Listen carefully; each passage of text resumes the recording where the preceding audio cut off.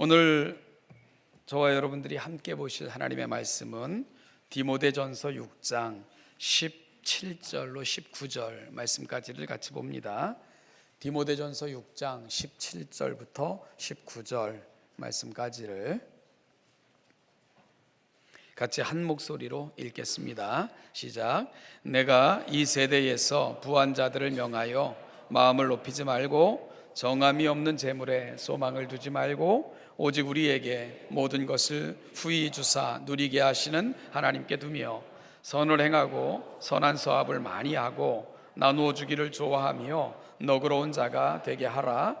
이것이 장래에 자기를 위하여 좋은 터를 쌓아 참된 생명을 취하는 것이니라. 아멘. 오늘 본문에서 사도 바울이 들려주는 인생에 대한 고견은 매우 간결하고 탁월하고 분명합니다.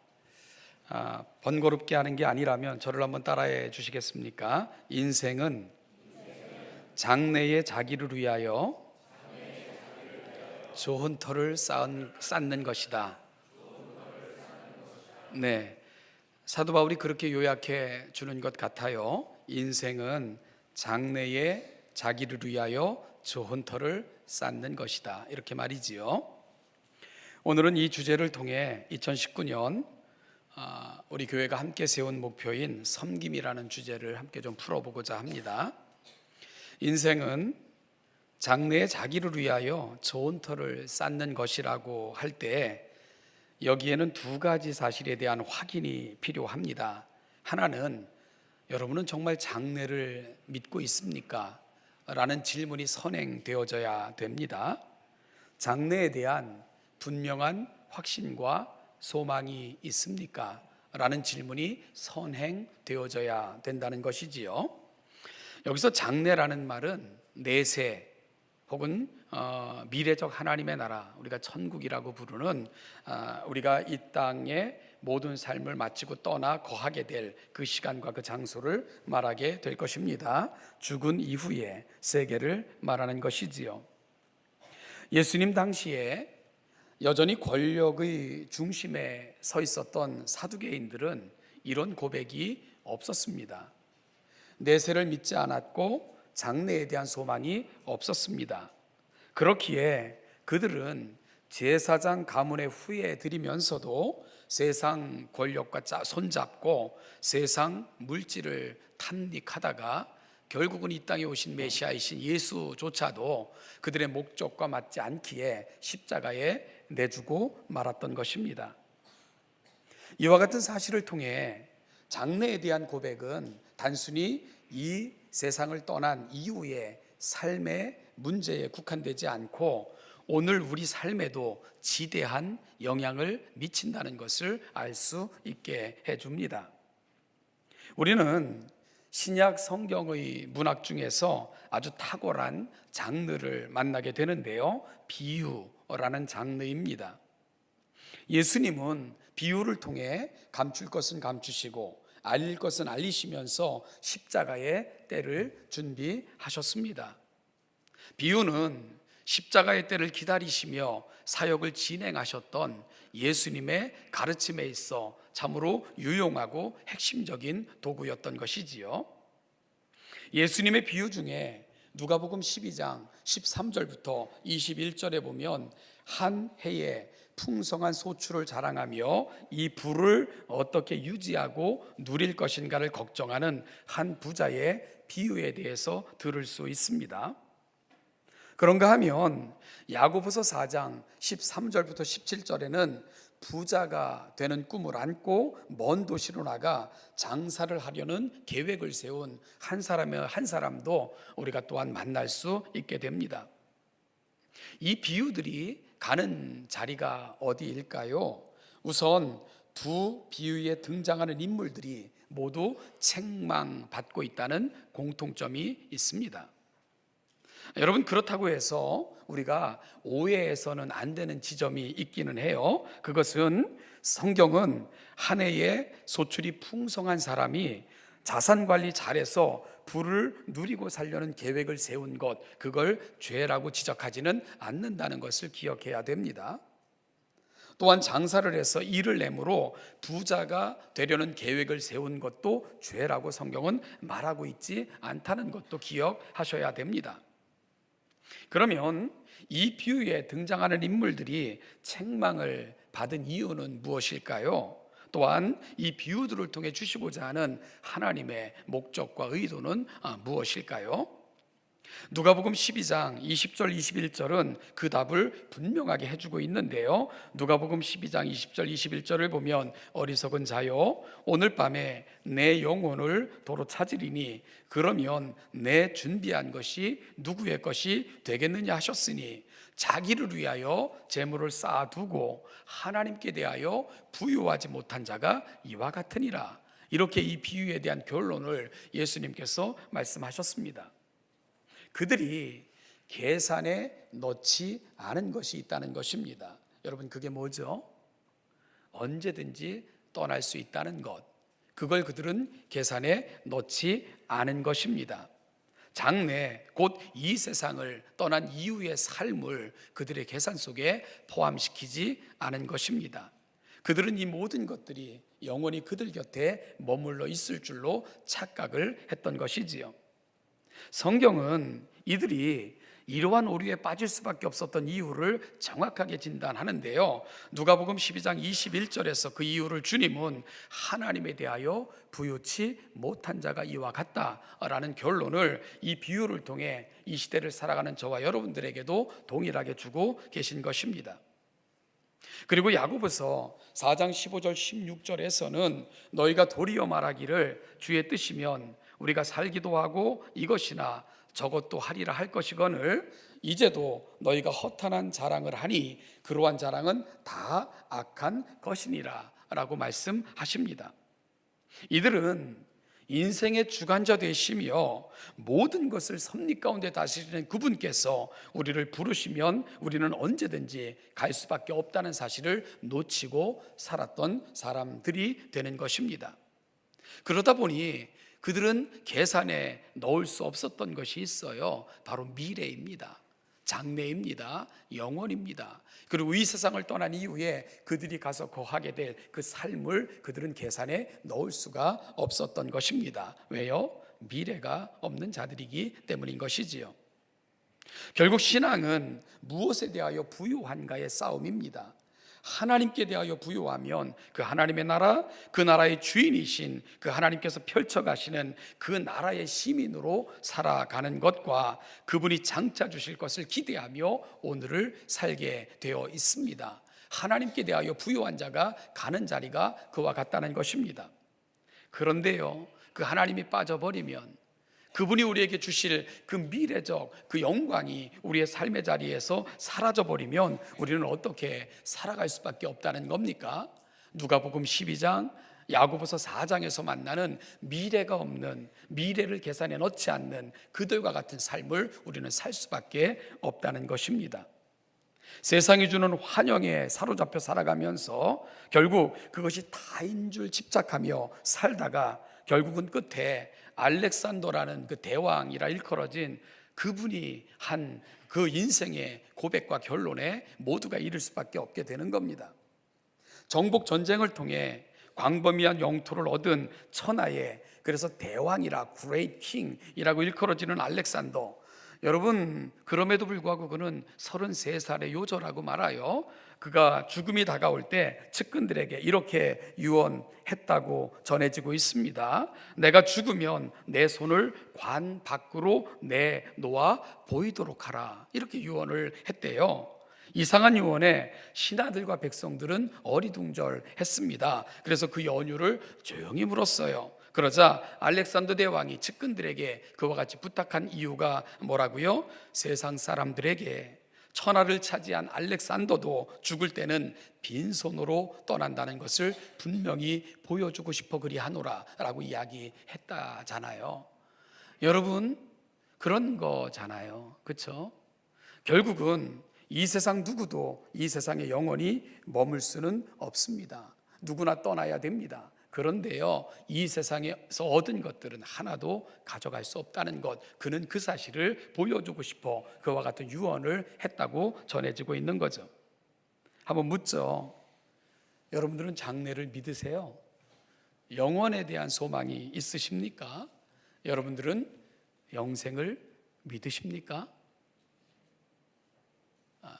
믿으시죠? 그러면 지금 여러분들은 여러분들의 터를 어디에 쌓고 있는지 깊이 좀 묻고 스스로에게 대답할 필요가 분명히 있습니다. 나는 지금 나의 터를 어디에 쌓고 있는가? 이 질문에 대한 답말이지요. 우리는 앞서 인생은 장래의 자기를 위하여 좋은 터를 쌓는 것이라고 정의를 했습니다. 그러면 여기서 두 번째 질문이 생겨나게 되겠죠. 그게 뭡니까? 그러면 무엇이 좋은 터를 쌓는 것인가? 장래의 나를 위한 좋은 터가 뭔가? 이런 질문들이 나와야 됩니다. 자, 그런데요, 오늘 본문 19절에서 좋은 터라는 말 앞에는 장래의 자기를 위하여 라는 말이 수식어로 놓여 있는 것을 우리가 보게 되는데요, 그러니까 이 좋은 터는 장차 누릴 것과 밀접한 연관이 있다는 것을 확인할 수 있게 해주는 부분입니다. 여기서 장래라는 말은 또한 뒤에 참된 생명과도 맞닿아 있습니다. 참된 생명이라는 것은 진짜 생명을 말하는 건데요, 여러분, 진짜 생명은 장래에 주어지게 되는 건데 오늘을 살아가는 우리의 삶은 장차 우리가 누릴 그 참된 생명에 필요한 좋은 터를 여기서 만들고 있는 거다. 이것이 바로 19절이 가고 있는 자리입니다. 여기서 장래라는 말은요, 앞서서 말씀드린 것처럼 이 세상 이후에 우리가 가서 거하게 된다, 성경이 약속하신 천국에서의 삶을 말하는 것이며 그곳에서 누릴 생명이 진짜 생명이라고 성경은 말씀하고 계신 것이고요. 반대로 말하면 지금 우리가 여기서 얻고 살고 있는 이 생명은 가짜 생명이라는 논리가 생겨나게 되는데요, 물론 이 가짜라는 말은 환영, 환상, 있지도 않는 걸 있다고 말하는 이런 것을 말하는 것은 아닙니다. 그러면은 여기서 장차 얻을 생명을 진짜 생명이라고 말하는 그 진정한 의미는 오늘 우리는 그림자와 같은 삶을 살고 있는 거다. 따라서 오늘 우리가 살고 있는 이 생명은 그림자와 같은 거다라고 이야기를 성경은 해주고 있는 거죠. 그림자는요, 허상, 허영과는 다른 겁니다. 왜냐하면 그림자는 실체가 있어야지만 나타나는 현상이기 때문입니다. 그래서 그림자는 늘 실체를 전제로 하지요. 그러면 여러분, 뭐가 실체입니까? 바로 장차 얻게 될 영원한 생명, 그것이 바로 실체이고요, 우리가 지금 얻고 살아가는 생명은 그 실체에 대한 그림자라고 성경은 말씀하고 있는 것입니다. 그래서 장차 얻게 될 생명을 진짜 생명, 참된 생명이라고 오늘 본문에서 사도 바울은 말씀하고 있는 거죠. 이 원리를 정확하게 여러분들이 이해하시려면 출애굽 사건을 묵상하시면 됩니다. 그들이 애굽에서 구원받았지만 그러나 하나님께서 그들에게 주시고 싶어 하셨던 진정한 축복은 단순히 애굽에서 끌어내시는 것이 아니잖아요. 하나님이 그들에게 주시고 싶어 하셨던 진짜 생명, 축복은 어디에 예비되어져 있습니까? 가나안인 것입니다. 따라서 광야는 그 가나안의 진짜 생명, 참된 축복을 향해 가는 도상일 뿐이라는 것, 그것이 바로 우리가 출애굽 사건을 통해서 확인할 수 있는 부분입니다. 그들은 약속대로 가나안 땅에 이르게 됐을 때 하나님께서 그들을 위해 예비하신, 그들을 애굽에서 불러내신 그 진정한 생명, 진정한 축복에 이룰 수 있게 된 것입니다. 이것이 우리의 현재의 삶을 광야의 삶이라고 비유하는 이유입니다. 그런데 여기서 주목할 만한 것 한 가지는요, 우리가 정말 주목해야 하는 것은 사실은 광야에서의 삶과 가나안 땅에서의 삶은 그 자체가 비교가 안 된다는 사실입니다. 여러분, 이것은 저와 여러분들에게도 큰 의미를 줘요. 왜냐하면 지금 우리가 이 땅에서 누리는 삶과 장차 누릴 삶은 그 자체가 비교가 되지 않는다는 것을 보여주고 확증하며 실증하고 있기 때문입니다. 사람들은 참 하지 말아야 될 많은 걱정들을 하고 살죠. 그래서 어떤 심리학자는 우리가 하는 걱정 중에 80%는 아무 쓸데없는 것, 안 해야 되는 것, 하지 말아야 될 것들을 붙들고 그렇게 살고 있는 거다, 이렇게 이야기하기도 했습니다. 신앙인들이 하는 걱정 중에요. 야, 천국은 시집도 안 가고 장가도 안 간다는데 무슨 재미로 살지? 뭐 이런 걱정하시는 분들도 있어요. 천국은 생명수와 생명나무의 열매를 먹고 영생하는 나라라는데 좀 무료하지 않을까? 뭐 이런 걱정하는 분들도 있습니다. 그 나라에서는 소요가 중요하지 않다는데 그럼 의욕은 있을까? 뭐 이런 걱정을 하시기도 해요. 여러분, 그건 여러분들이 걱정하실 게 아닙니다. 왜냐하면 그건 누가 책임져 주실 것이기 때문입니까? 하나님께서. 하나님이 어떤 분이십니까? 여러분, 우리는 여러분들이 이 땅에서 누리는 즐거움이 다인 줄 알죠? 여러분, 이 땅에서 여러분들이 취하는 재미가 그게 진짜 재미인 줄 알죠? 그런데 하나님은 어떤 분이십니까? 우리보다 지혜로우시고, 그리고 그 무한한 지혜로 오르주마무를 이렇게 지으신 그분이 예비하신 나라라면 이 모든 것들이 얼마나 기유이고 걱정일 것이라는 그런 생각은 해보지 않으셨습니까?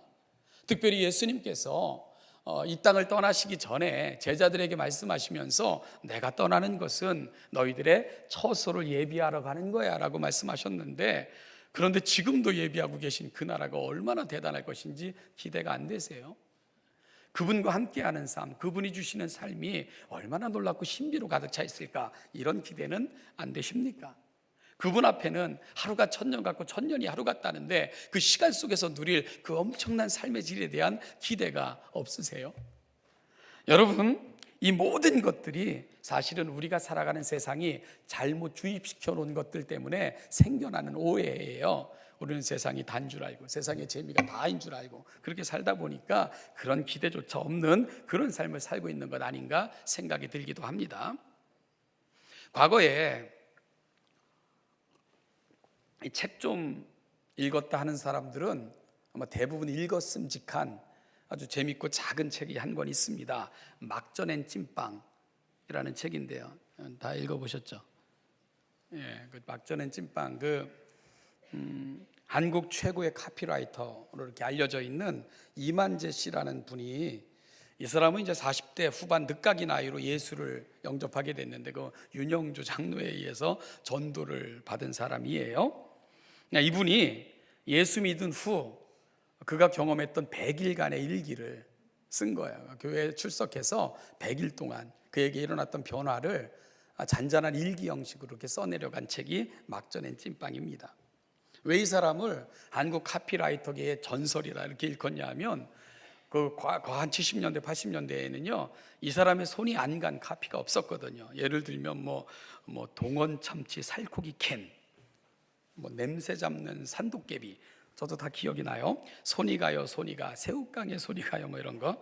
사나이 대장부가 울긴 왜 울어, 농심신 무슨 라면, 어쨌든 인생 좋은 안성댁 무슨 탕면, 이런 거, 이거 다 그 사람이 만든 카피들이에요. 그러니까 굉장히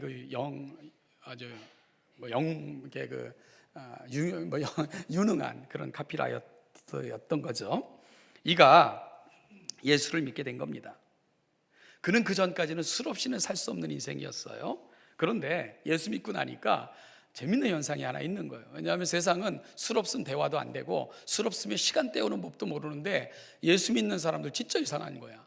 아니, 다 큰 남자들이 말이야 밤새도록 새우깡 몇 개 풀어놓고 과자 몇 조각이 나누면서 커피 마시면서도 밤새 이야기하면서 낄낄거리고 밤새 이야기하면서 기쁘고 막 밤새 정말 색다른 사람들, 아무것도 이게 맞지도 않는 정말 살아온 삶, 환경 다 다른 사람들이 모여가지고 그것조차도 아름다움을 만들어내는 사람들, 그게 너무 신비했던 거예요.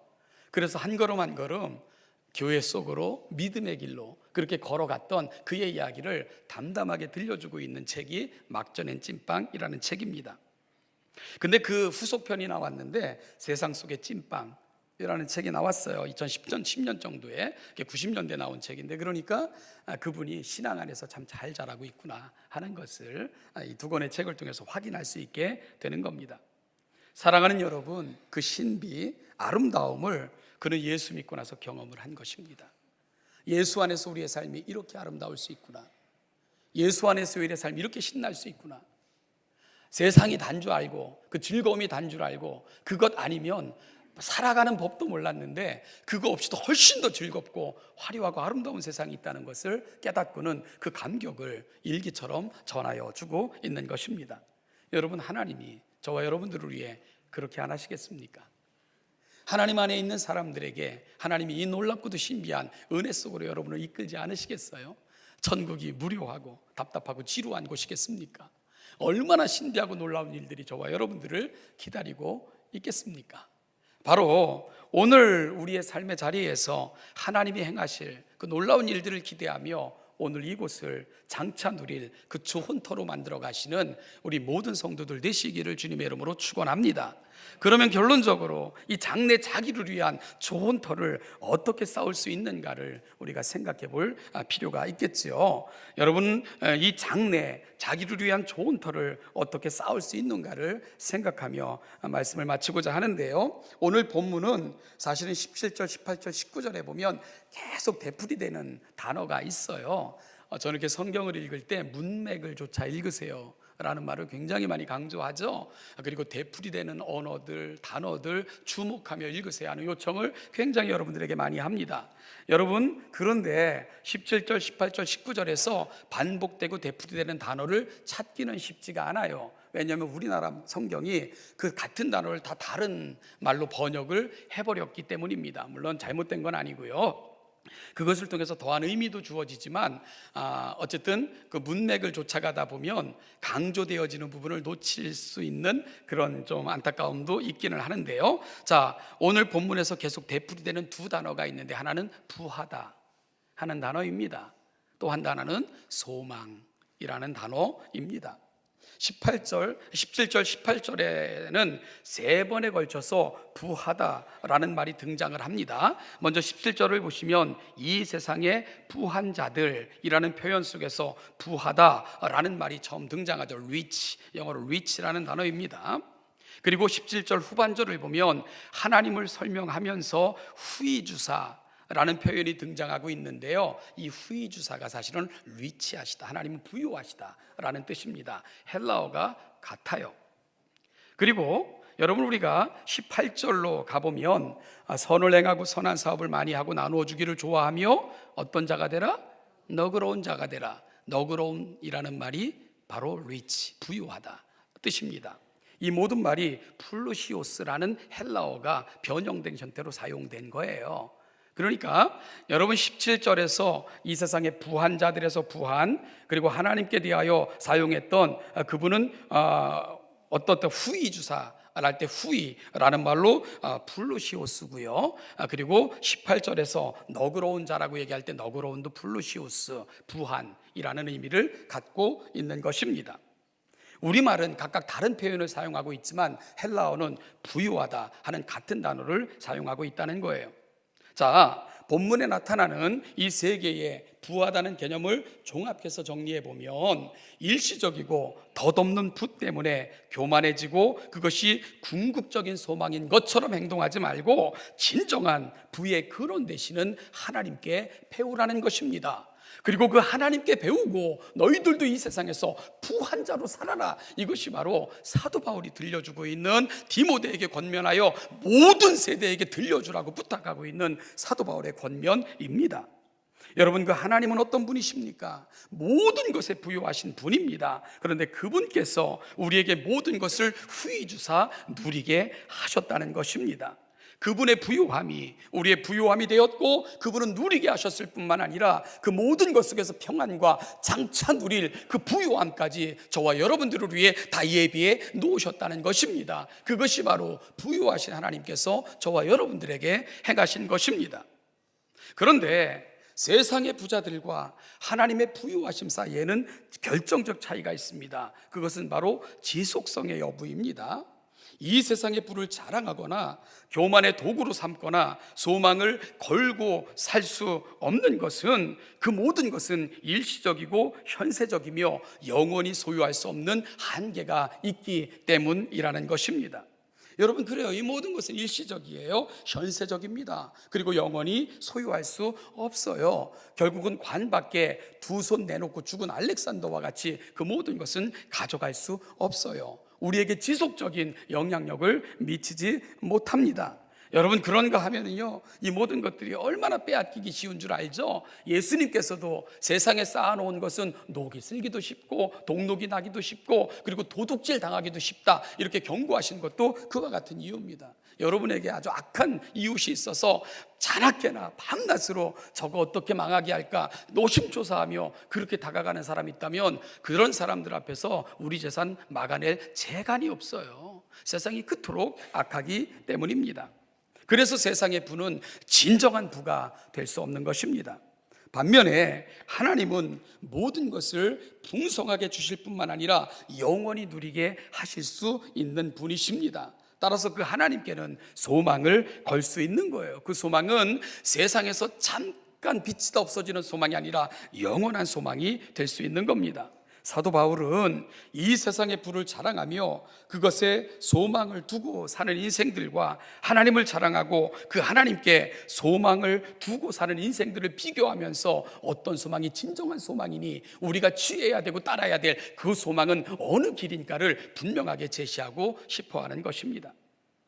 사랑하는 여러분, 이와 같은 비교를 통해 사도 바울은 이제 최종적 권면으로 18절 말씀을 저와 여러분들에게 주고 있습니다. 18절 말씀을 우리가 함께 같이 읽겠습니다. 시작. 선을 행하고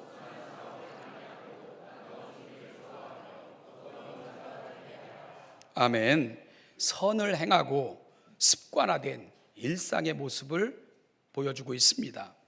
선한 사업을 많이 하고, 사업이라는 말은 살피고 계획하고 구체적으로 행하는 선을 말합니다.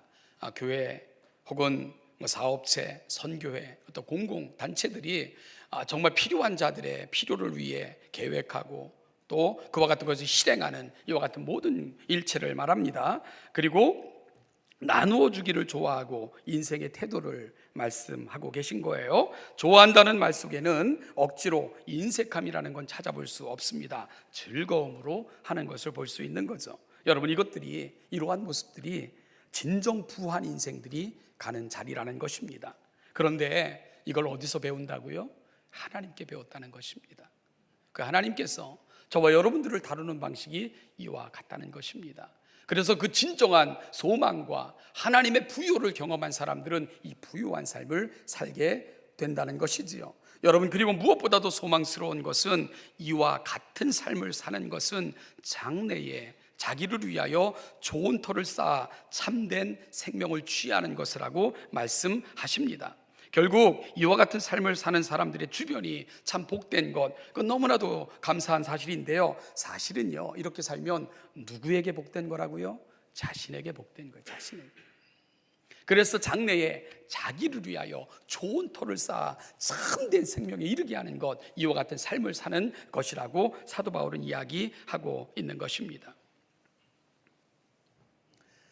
여러분들과 제게 있어 가장 명확한 사실 한 가지가 있다면, 우리는 어느 순간 살던 자리를 정리하고 떠나야 된다는 사실입니다. 그러면 여러분, 그날에는 지금 우리가 자랑했던 것, 붙들었던 것 아무 소용이 없습니다. 오히려 너무 많은 것을 땅에 쌓아두고 산 사람, 그거 두고 어떻게 떠나겠어요? 떠나기가 너무너무 힘든 것입니다.